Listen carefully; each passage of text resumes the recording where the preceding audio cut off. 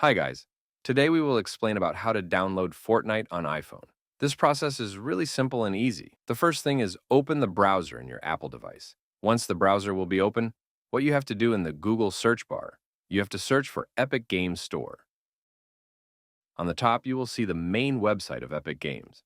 And just below to it, you can see Most Played, Fortnite, Rocket League, and much more. So here, you can also see we can play Fortnite by using Epic Games Store. So click on the option Epic Games. Now here, the first thing you have to do is you have to install this Epic Games Store on your Apple device by clicking on the option Install, which is on the right top.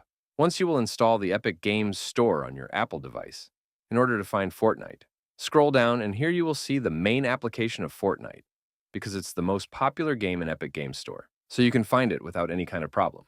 So once you click on that, on the right top, you can see the option of Install. Click on it to install this application on your Apple device. After the installation, you can play it easily.